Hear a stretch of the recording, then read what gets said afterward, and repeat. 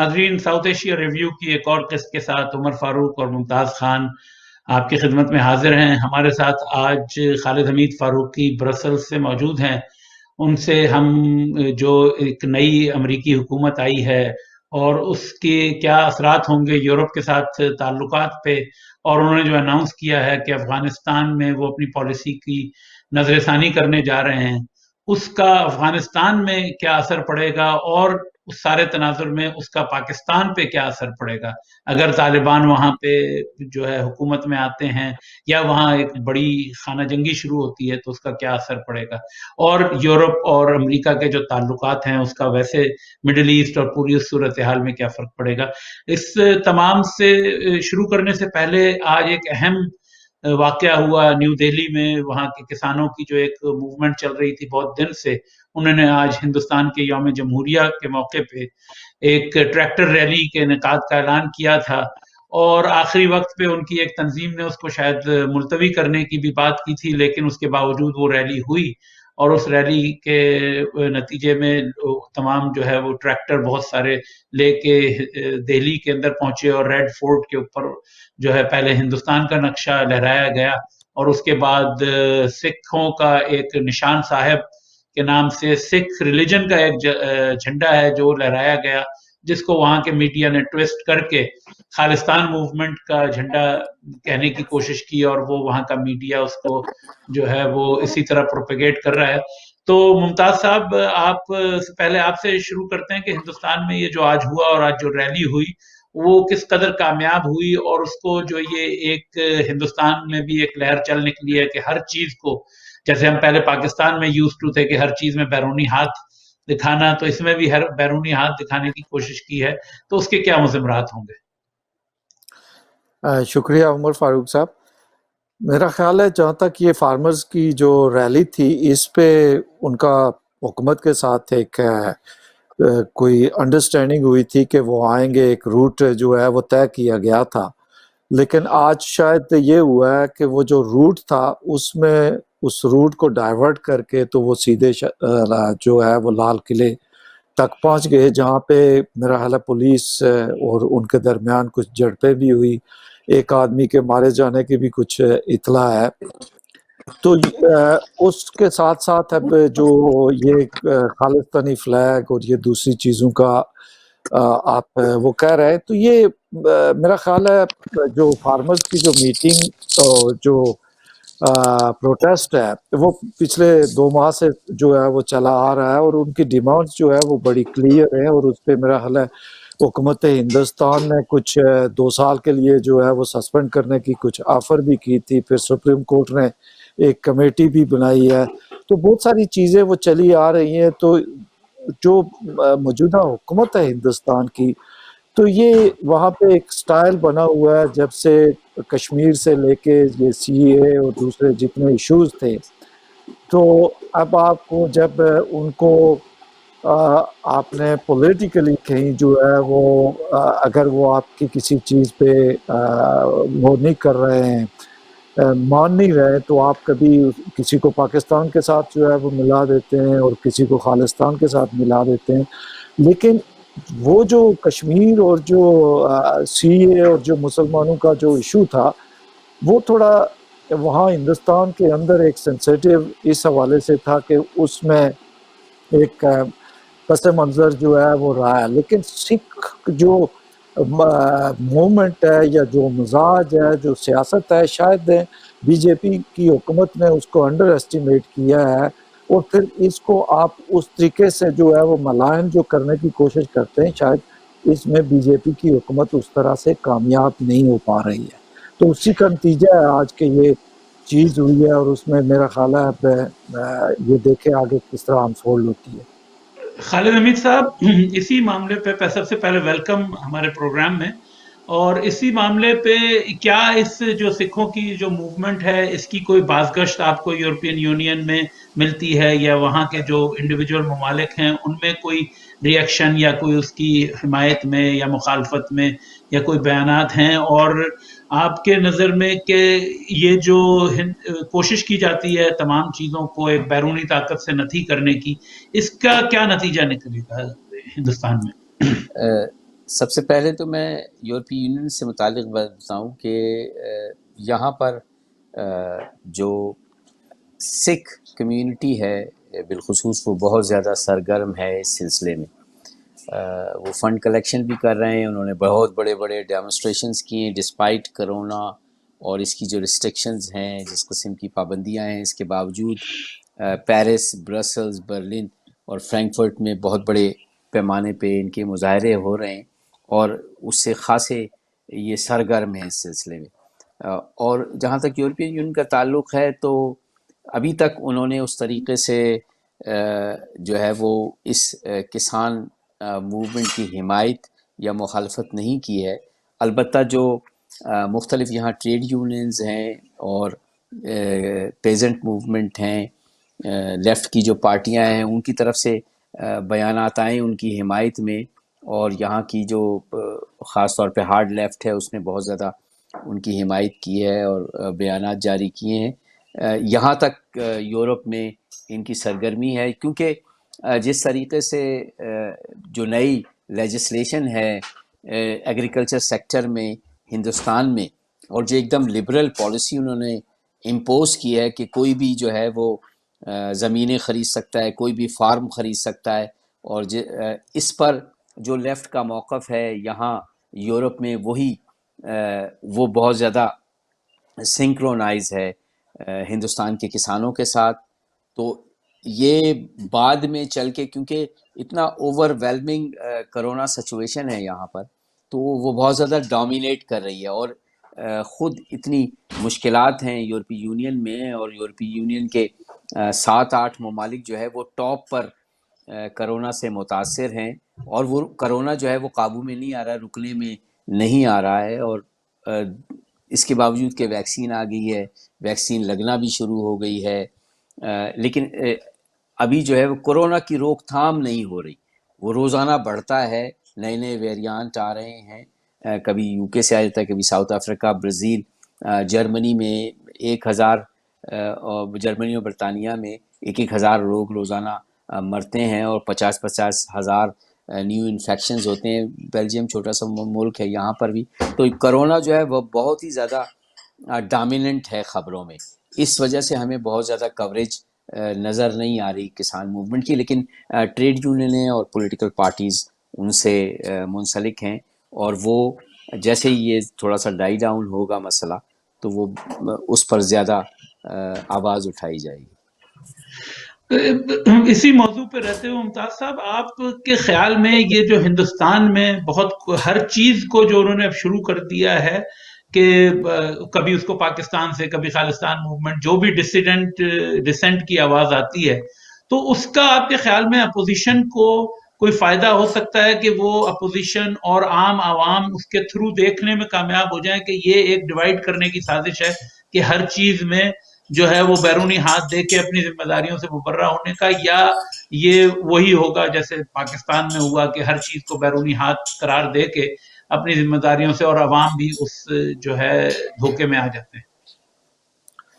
دیکھیں، جیسے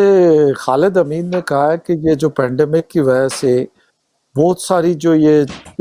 حکومتیں ہیں تو ان کو یہ بھی آسانی ہے کہ